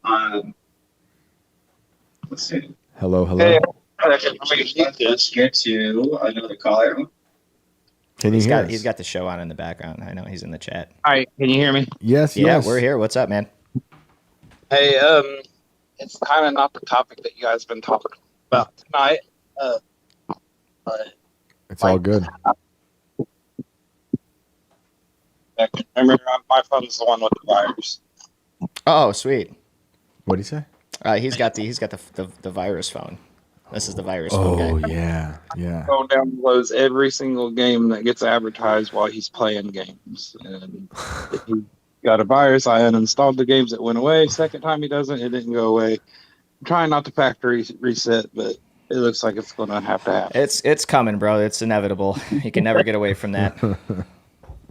So I don't know. I was watching. I think it was IRL, and then tonight Tucker. And it's basically about Israel. Mm-hmm. I was putting some stuff in the chat too about it. I'm over it. Like, it's obvious that BB's the problem, and You think? I don't know if he's demonic. I don't know what's going on, but it's just pure evil what's going on over there. Mm-hmm. And I was raised as a Christian that we're supposed to support Israel regardless, no matter what, because they're the chosen ones and everything else. Yeah, the Bible doesn't say to protect or look after the government. That's psychotic, But I remember growing up too. I had the same feelings. Why would I think otherwise? Everyone told me that was the way to think, and I was wrong. But yeah, I woke up to him being a real problem late, but it was definitely during COVID when I realized he was even worse than my genocidal maniac of a governor, Andrew Cuomo. It's just been 20 years of the same lies and the same stories, and our former soldiers that have been battling PTSD and everything else, and the suicide rate, and I'm not saying every bit of it is in the name of Israel, but that neocon agenda in the Middle East has just been one of the biggest thorns in our side. And I'm not like watching our politicians sign bombs for whether it's Ukraine or Israel, it makes me sick. It's so sick. It's unchristian. Oh yeah, big time. And it's almost like, and the last time, when I called in, we talked about some Book of Revelation stuff and how I was saying that the things that have been here forever is the things that we need to worry about. And I guess I'm pretty spiritual when it comes to those things, but it's almost like we're just sitting back watching the Book of Revelation play out. We're watching it play out or watching people trying to manufacture it. Right. And that was something that was on Tucker tonight. They were talking about the more right Israel means, the more likely the temple, the Muslim mosque is probably not going to be in existence much longer because they're going to try to rebuild. And we know what it says when that happens. And I'm just so over the whole situation. Like, we don't need to send another dollar to Israel. Yeah, I totally agree. I mean, there's just... And it doesn't make me anti-Semitic to say that. And I was throwing some shade towards Alad in the chat. My thing is, like, anybody that speaks up against Israel, like, he automatically dismisses them, and then he doesn't give them any credit for their journalistic work because they don't support his views. And it's just the same thing that the woke left is doing when you do that. He and I disagree big time on it, and I still try to extend the grace to him because I remember thinking how he thought a long time ago. And it's tough. This is a very emotional topic for a lot of people. And it's hard to just step out of it and be like, and really just take a good look. Like, I'm watching interviews. Who was it? It was like Bill O'Reilly, I think yesterday. I forget who he was talking to. Maybe Piers Morgan. And Bill O'Reilly, who I respect, I've read some of his books. I've watched him. I've listened to him. We reference him all the time on the show. We're going to go live, right? But like, we'll fucking do it live. He did this whole thing about how like Ukraine war bad. And they pivoted it immediately to Israel. And it was like it negated everything he just said. And I'm like, how are you not even conscious of that fact? Because you are now saying the exact opposite of everything you just said. How is this even aired? But it happens all the time. People, they can't see it because they're so emotionally tied to it. But I don't know how you can look past the death and destruction. What was that? He must have got a new sponsor for the show. Perhaps, but I think he's been that way for a long time. A lot of those TV types, they're so deeply embedded in that type of worldview, it doesn't change, And like I said, I respect him, what he's done, and I've watched him. I've grown up watching him here and there. But like a good example of the difference between that type of author or talking head and then the type of that we get today on YouTube and Rumble and stuff is he says he's the best author of history, the best writer of history books, because he's using the source material from the FBI, which immediately makes me go like, well, that's how do you trust that? How do you even make that your legitimate source material? And he discredits anything else that's not that. Whereas I'm like, I want that material, but I also want all the other stuff and corroborating all this other anything I can get, and then I'll be the judge, and what I think is worthwhile to report on or to add, or if I think it adds another angle to something, because we know how much they falsify. Why am I going to trust just those documents? So I think it's part of his worldview, and it's hard. It's like I got family members who are they can't step out of that worldview. The TV has dictated their entire perception of the world, the history, the future, religion, and it's like it's a problem.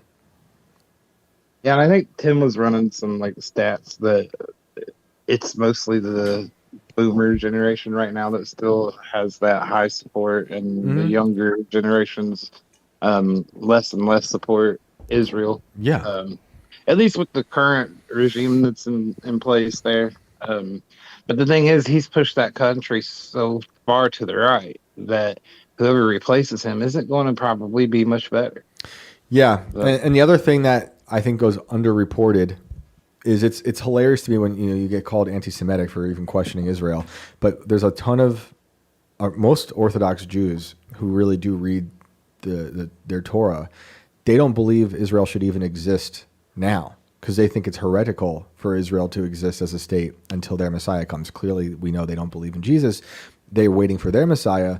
But if you talk to some of these Orthodox Jews or Hasidic or the Haredi, they don't even agree with Israel. They might live there because it's close to the Holy Land, but they actually will not participate in the Knesset because they think it's heresy, Right. which is hilarious because you don't hear, are they anti-Semitic? So we're trapped in just a crazy doom, and I think the younger generation is falling. Israel's falling out of favor with them from our generation down because we have inherited just nonstop war. I mean, I was 15, 16 when 9/11 happened. Before that, I'm watching wars. I'm seeing Bush do his thing, Clinton bomb Kosovo. It's been nonstop. And then you grow up and you see how much we've been lied to. We've had enough. And now imagine how it is for these kids who were like high school age getting lockdowns and kicked out of high school, not having graduation. Their whole lives were completely uprooted. They don't know any like other quote unquote normal. So I think, everyone's just sick of it. While we're watching our country suffer, how are we even affording? Well, we know how we're affording. We're printing money. All this other war. It's disgusting. right. Yeah. So before I get off here, I want to give like 3 little quick shout outs to some things that I wanted to call in and talk about before, but don't really have a whole lot of information to give background, just things that are interesting. I kind of come from an interesting part of the United States, the tri-state area where Kentucky, Indiana, and Ohio meet. There is a spot right by that 3-way intersection that's between Lawrenceburg and Cincinnati, Ohio, that there was a nuclear facility that was for military. It was for military research. It's called Fernald. And I think if you do the research on it, you'll find that the worst leak of uranium dust that ever happened in the United States history happened at that plant. My grandpa actually worked as the cleanup crew there. And a couple episodes ago, you guys are talking about transfer and hazmat material and stuff. And there was a really big issue with the counties that were on the eastern side of the Indiana, but on the Ohio line. The railroad that led out of there brought it straight north to some special landfill, probably midway up Ohio, like I would say around the Union City area. Mm-hmm. But all of that nuclear waste was traveling through all those Royal Farm communities up that railway the whole way. So that's just one issue that if you wanted to look into like some of those types of absolutely our weaponry with how we did the nuclear research and stuff. This wasn't the one by Tanner's Creek, was it? I think you have to look up Fernald to find it. It's on an island that's in the Ohio River. Yeah, the cooling tower is still there. This looks like it, but this isn't. It's telling me that this is just called Tanner's Creek Generating Station. Well, part of it is it's actually a nature preserve right now. Oh, wonderful. Well, that's fantastic because in the 1950s, I think it was ranked the 67th most dirtiest power plants in terms of sulfur dioxide emissions. It wasn't a power plant. It was from military research. Okay, yeah, it was we'll all have to look for into it. nuclear weapons. Wonderful. And it was right next to that cooling tower. So there may have been a power plant next to it. I'm not sure. I just know Grandpa was telling stories about it. He used to have to get regular checks with the doctors because anybody that would have developed cancer, they had like a special fund set aside for those people. But he never did get cancer, so wow, thank God. the other thing is on the Ohio River by Louisville. We have the old Welsh Indian tale. I know that's been talked about before, Tell where us. they had the blonde Native Americans that were here probably 300 or 400 years before Columbus's voyage. Oh yeah. Oh, that's interesting. That's by you. That's in that area. I didn't know that. Yeah, it's just a little bit to the east of Louisville. Yeah, that's a I wild had this story. stuff wrote down the other night when I called in. I just forgot to bring it up. The name of the island and stuff that's on. Well, that's all But good. they found skulls and different things there. Awesome, man. And then, yeah, right around Oxford, Ohio, which is where the Miami University of Ohio is. In between there and a town that's split right down the middle by the state line called West College Corner, there's an old Nike Air Base. And one time, I guess I was too young to remember, so 3-4 years old, those missiles came up out of the ground. Now, nobody knows if it was just for like maintenance or whatever the case may be. But like the hatches open and they were actually exposed. If you were driving by, you could see the tip of the missile. Wow. So yeah, it was an old nuclear base that's supposed to be not active anymore. Yeah. So, Is it ever? yeah, just a little history about some of the cool things that are in my area where I live. Awesome, man. We appreciate it. All right. Well, thanks for having me again. Of course, man. Have a good night. Have a good one. You too. So, What do you got going over there? while I was researching this, I stumbled upon an article that I wish I wouldn't have seen that actually came out today at 5:51 p.m. Eastern Time. Radioactive wasps found at a nuclear facility in the U.S. This is for all of you folks in North Carolina. Radioactive This is good. wasps. This is good producing, people. God This is damn it! good. I wish I wasn't looking. I wish I didn't see No, this. this is great. We You- talked about the bees a few weeks ago. You saw me get very heated. This is one of the worst things I have ever seen in my life. Radioactive wasps were recently discovered at a nuclear facility in South Carolina. South Carolina. Federal officials said, according to the report released by the Department of Energy on July 22nd, Radiological Control Operations discovered a wasp nest earlier this month near a tank where liquid nuclear waste is stored at the Savannah River site in the city of Aiken. Formerly the Savannah River plant, site is located about 55 miles southwest of Columbia, the state's capital. According to the Energy Department, the nest was sprayed to kill the wasp when it was found at 2 p.m. July 3rd. The nest was then bagged as radiological waste, the report said. Officials concluded the nest had a radiation level 10 times what is allowed by federal regulations. No injuries were noted in the one-page report. Can we see what the one-page report looks like? Oh, God help me. Wasp nest in controlled area. Legacy contamination.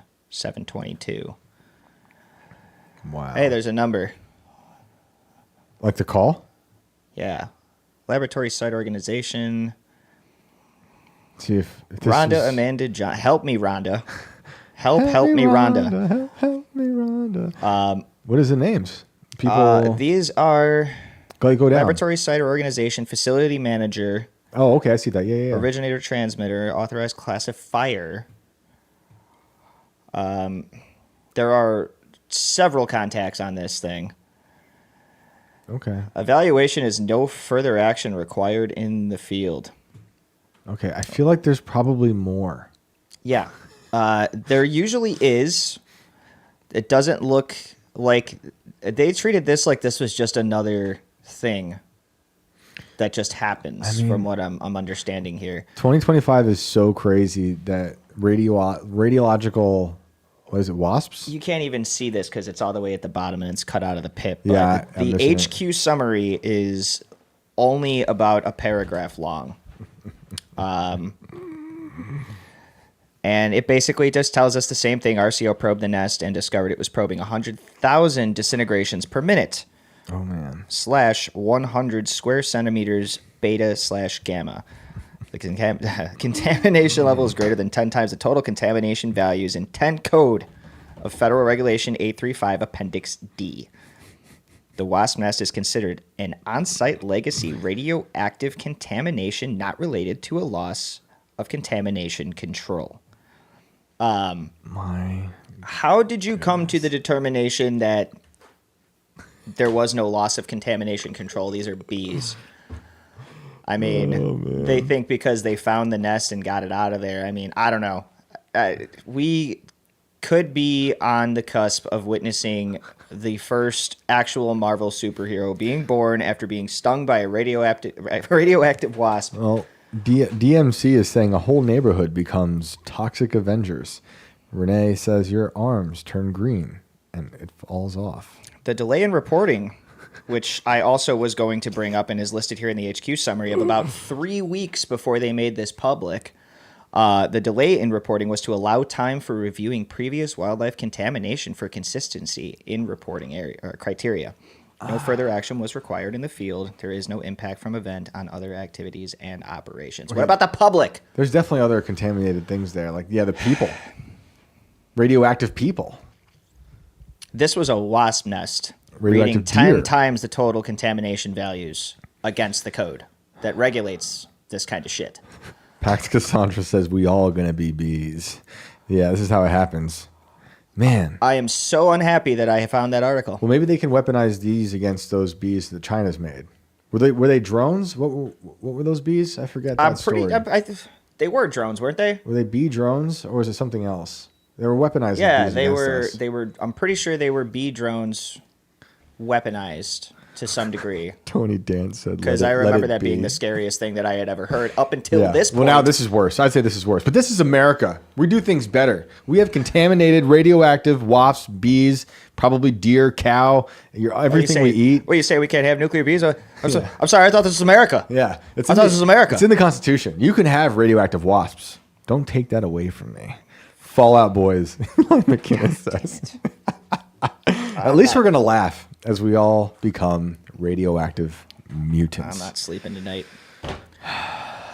Let's do another Should we call. take another caller? Yeah. Okay. And next up is a radioactive bee.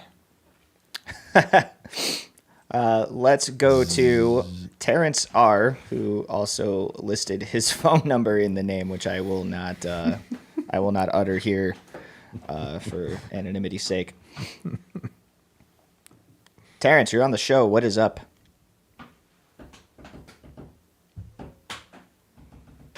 Terrence R., you have arrived. Are you present?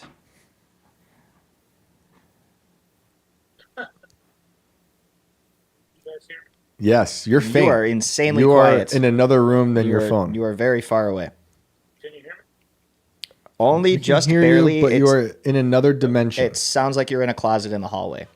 Can you hear me? Can you hear us? Is the question I'm now asking. You should be able to hear me. We can hear a voice that sounds very small on the tip About now. of a needle. Maybe On a scale of 1 to 50, you're like 0.5, dude. You Like want you're. me to switch to another headset? Yeah, I'd give Yeah, that a try shot. that. We can wait a second. try that. Yeah, I can. Awesome, thank you. Another headset, you got a second. Sweet.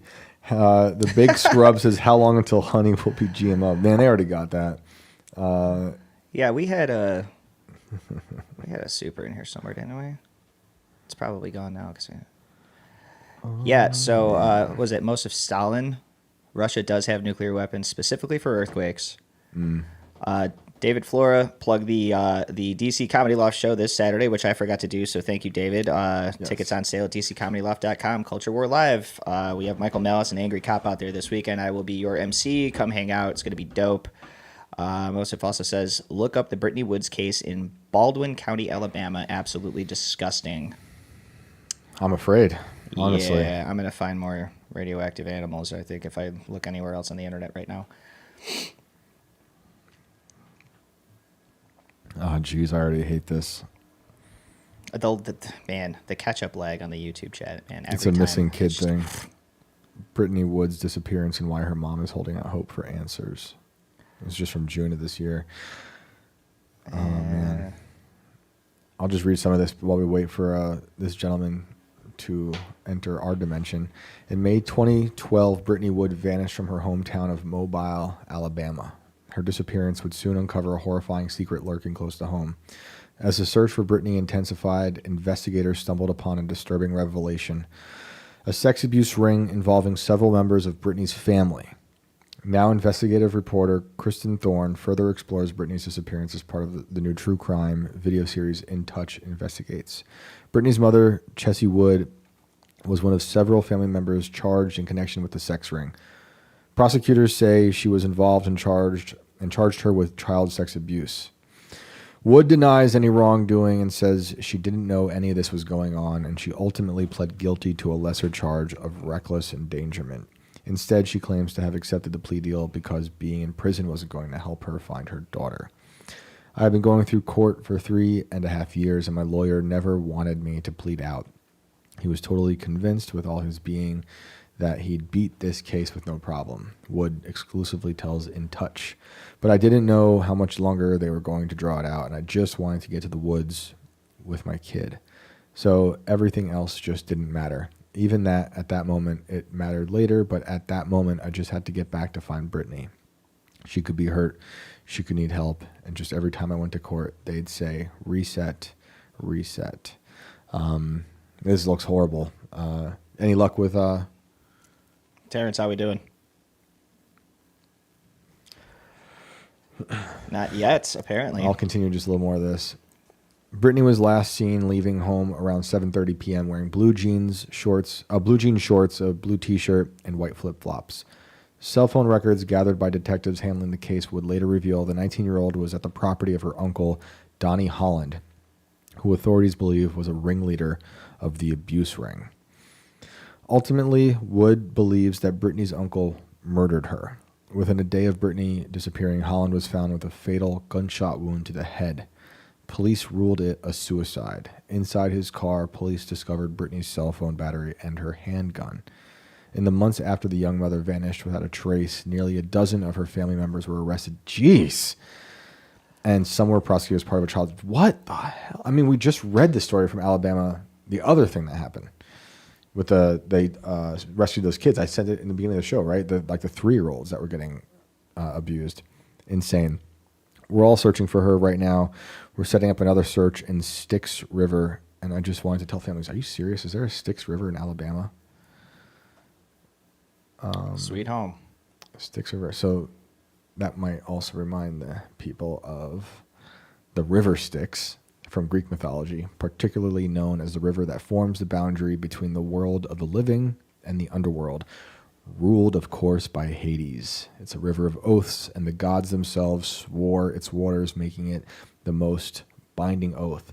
Charon was the guy. Charon was the fairy, the person who would take the dead to Hades in his little boat across the Styx, the river Styx. Styx was also a band. Did they Yes. have the was that the Too Much Time on My Hands guys? Or Is that them? Is that them? I gotta find out. Yeah. Give me something lighter while we're waiting for this gentleman to leave his spaceship. Oh, I've got something perfect actually. Since it totally was Styx. Awesome. Good call. Here, to lighten the mood just a little bit from all the macabre shit we've been reading for the last 20 minutes, we have a cat doing some weird shit. Oh, good.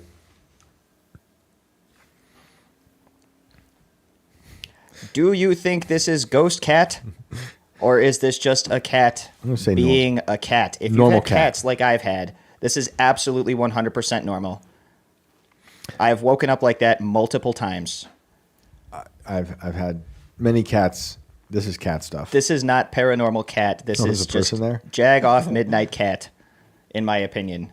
But how fantastic it is to watch a cat doing this and pissing somebody else off, and it's not just me. I feel very relieved that I'm not the only one suffering from insane cats my entire life. I'm not getting caught up on the chat, so I'm just seeing what I think is the latter part of a conversation Renee's having, where she says, I sent Shane a picture of his grave, and I immediately thought, wait, me? My grave? So I'm assuming there's something else there, and a quick video of a view of his resting spot. I don't know. Maybe I missed that. I'm sorry, Renee. Let me know what you're talking about. Yeah, the lag is killing me on that chat. It's wild. and I see Pax Cassandra saying, oh, where'd it go now? It's killing me. That just how I'm paraphrasing what you said, but how widespread this stuff is, and it is widespread. That's why I talk about it. Despite how sick it makes me, it's just so widespread, and it's like, it's why I like talking about Epstein matters. It's like it's not just Epstein. This is a very large network of evil, not just in government. It's everywhere. It's in Alabama, in the woods. It's unfortunately all over the place. Terrence, are you good? He's muted now. Can you hear us? Are you in Scotland, Terrence, by any chance? We'd be having serious lag issues if he was. So, Terrence, if you can hear us, we're going to go to somebody else here. We only got about 10 minutes left. But if you call in tomorrow, we'll bring you on the show. Okay, Renee says she sent a video of Vincent Schaefer's grave. I might have missed out to look into that. All right. Let's get Jordy in here. This will likely be our last caller of the night, guys, but I got all your names taken down. We'll get back to you. Jordy, welcome back to the show. Can you unmute your mic, please? Yeah, hi. Hello. Yeah, good evening. I just wanted to share, okay, it's the first ever spooky story scary thing that happened to me. So when I was like 3 or 4, I got out of my bed in the middle of the night for no reason. And I don't know why, but I felt like I had to go to the basement. And, basements are super scary for little kids. So I get that. But I don't know why, but I did. I went to the basement and I opened the door to it. And at the bottom of the stairs, I saw a figure. And now I couldn't see my hand in front of my face. And I checked because so I put my hand in front of my face and I couldn't see the figure, but then I took my hand out and I saw the figure, but I couldn't see my hand in front of my face, if that makes any sense. So this thing was like blacker than black, and it had red eyes and a hat. Oh boy. And yes, it was the Hatman. And I ran. Sorry, my baby's making noise. Oh, it's okay. I don't know how it goes. No, that was my first ever experience. Is I saw the Hatman, and I ran back to my bedroom and hid under my covers because I was just like so terrified. Fear just like took over every like cell of my body at that point. It's really scary. It's like he summoned you to the basement. Yeah. Yep. And then so I got underneath my covers, and even though I was underneath my covers, I can't see the light on in my room because I had like a really thick comforter. So if somebody turned the light on in the room, I wouldn't have been able to really tell if I was under my comforter. But for some reason, I saw light coming through my comforter, and I'm like, that doesn't make any sense. And so I like kind of peeked to see if my parents like woke up and they came in and turned on the light or something. Mm. And my entire room was just filled with like really, really bright light. And I didn't really there was a bright figure in my room, and it sang me to sleep. And it immediately just overcame my tiny little self, and I just went to sleep like immediately after that. Wow. And so my mom used to play with Ouija boards when she was a kid, and the Ouija board told her the name of like what her husband's name was going to be before she met her husband. But because she played with that stuff, she thinks that like something attached themselves to her, because there was a few times where she would like experience weird things in the house. So like me and my brother, we left for school, and my mom was down in the basement doing laundry. She heard footsteps upstairs, and she got really, really ticked off because she thought that we had missed the bus. And so she comes running up the stairs like super, super mad. And then she looks everywhere and there's nobody there. And she swears that that was like the spookiest thing. We had our house blessed like shortly after that. As you should. Was Yeah. there any sort of death in the family around that time you saw the Hatman? Yeah. My aunt had just died. Had just died. Mm-hmm. Do you correlate the aunt with the bright figure you saw? No, I think it was more like a heavenly like angel sort of deal. Just watching over you. Yeah. Did you ever see the Hatman again? Yeah. Actually, one other time during a sleep paralysis episode How much older were when you? I was 23. Oh wow, so like 20 years passed. Yeah. Yep, and I was pregnant with my first kid, and I had like a sleep paralysis episode in a hotel room, and my sister-in-law was she was sleeping in the bed next to me, and I just like could not move at all, and I saw him at the foot of the bed and terrified me. And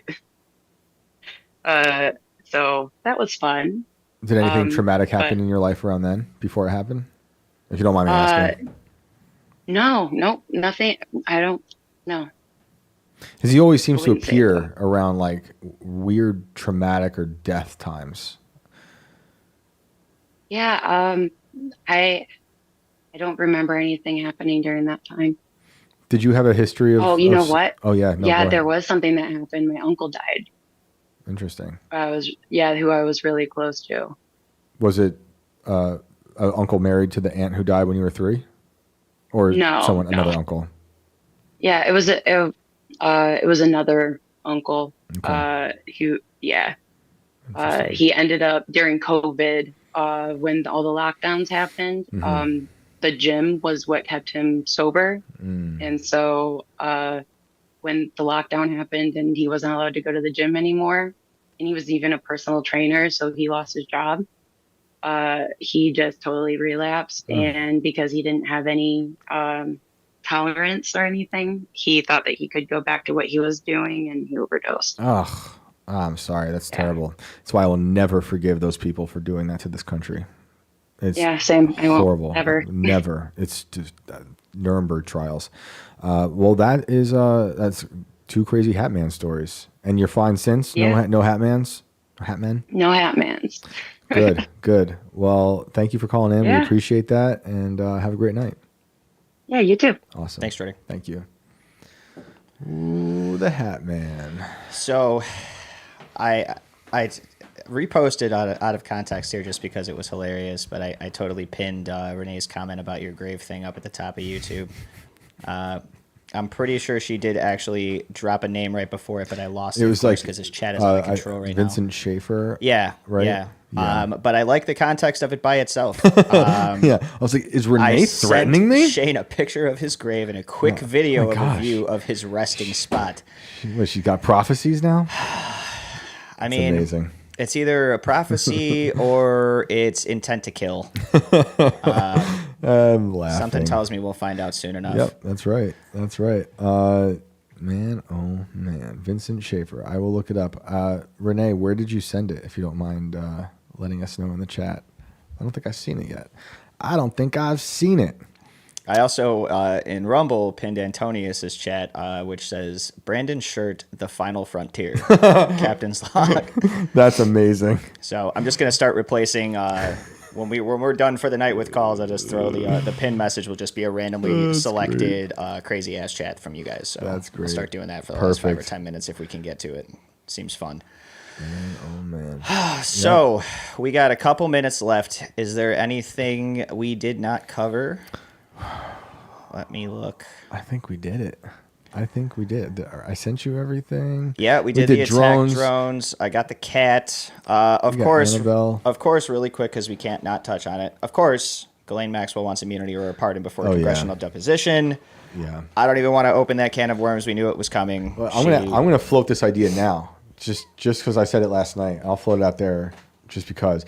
What would you guys think if we did daytime broadcast for a live stream for Ghislaine's testimony if they actually broadcast it. Because if it happens, I want to do it. If that's a thing, I would sit on here all damn day. Yeah. And just cover it. Yeah. I'd be down. We'll have different callers, and you guys can call in. We know this story. We're ready for that. I want to be on top of that story. It's too important, it's too crazy. But who knows? Like, are they going to let us watch it? We've also got ideas for Halloween. Because that will happen during a broadcast. We're thinking maybe do like a 3-hour show. Yep. Maybe have some guys from Timcast come up and hang out. And obviously we'll take some spooky calls from you guys. Oh, yeah. Maybe if I can find a way to get it, maybe I will Zoom call the phone and we'll see if we can get to maybe the basement. I don't know. I haven't been down there. I hear it's just chickens being incubated. Yeah, no, there's more to it than just that. There's more. I don't know what's going on in there's that that basement. weird spot in the basement beyond the chickens. That's a crawl space for a serial killer. Ah, I don't like that spot, but we should go there. We can live stream from there. yeah. I'll go down. We got some ideas. We got some ideas for some shows coming up. Tell us what you guys think. In the chat, if you got any crazy ideas for Halloween show, we're already thinking ahead because I love Halloween, and I feel like that should be a crazy ass night for a crazy ass show. So yeah, we're gonna have fun. Well, Brandon, let them know where to find you. yes, as always, you can find me on Insta and X at Brando Inverted. Send me all your spooky, crazy shit, and if we can, we'll pull it up on the show or we'll mention it, what have you. Thanks to everybody for hanging out tonight. Again, like, subscribe, follow, share. We appreciate you all being here, and as always, stay weird. Shane, get us out of here. You guys are the best. Thank you for sending us stories, for tagging us and stuff, for just being a part of this show. You callers and the audience just makes this show what it is, and we are so grateful. We will be back tomorrow at 10. See ya. Have a good night. Later.